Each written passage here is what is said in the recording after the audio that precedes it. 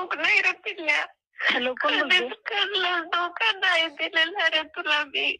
पण नाही रे. अरे काय झालं, काय झालं बाळा? तिकडे फोन जरा इकडं. हॅलो हॅलो, कोण बोलतो रे तू? तू कोण बोलतोय दादा? पोरगीचा मामा बोलतोय. का बच्चीला त्रास द्यायला लागलाय माझ्या तू? अहो, मी कुठे त्रास दिला?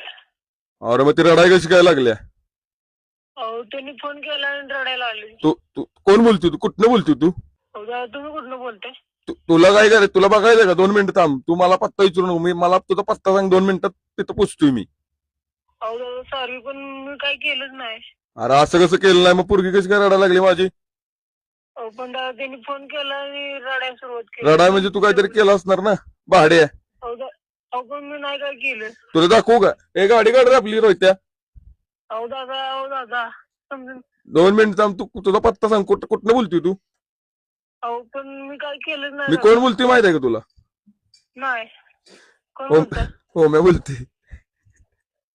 अहो मी एवढे झाड लावले, छोटे काय त्याला लग्नाचा कार्यक्रम झाला, तू असं कष्ट लावले एवढं.